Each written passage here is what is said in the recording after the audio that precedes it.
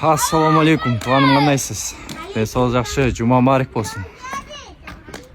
Жұма марик болсын. Бірге болсын, а? Машалла. Қаншаншы класс? 4. Жақшы. Бүгін жақшы бір сөздерді айтқым келді.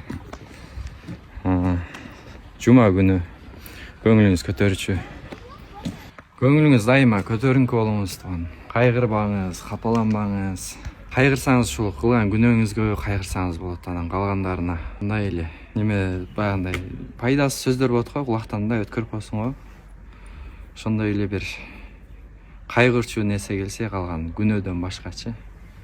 Мындай эле өткөрүп койчу нерсе да, бул жакшы болочу. Көп эле депрессия болуп, стресс боло бербеңиз. Баары жакшы болот иншалла. Жакшы сонун күндөр алдыда да. Болгону биз ошол миң кадам бир кадамдан башталат дейт. Кадамды кыла берели, акыры жетебиз иншалла. Өзү бир нерсени угуп калдым. Ошол майда нерседен жакшылык көрө алган адам бактылуулукту сезе алат дейт да. Ошонусу карындай сизде эмне бар азыр?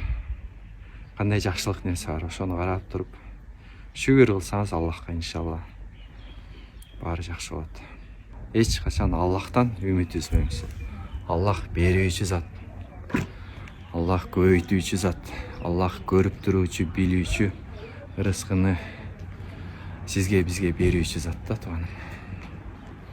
Ошондой. Баары жакшы болот. Кайгырбаңыз, капаланбаңыз. Сонун күндөр алдыда иншалла.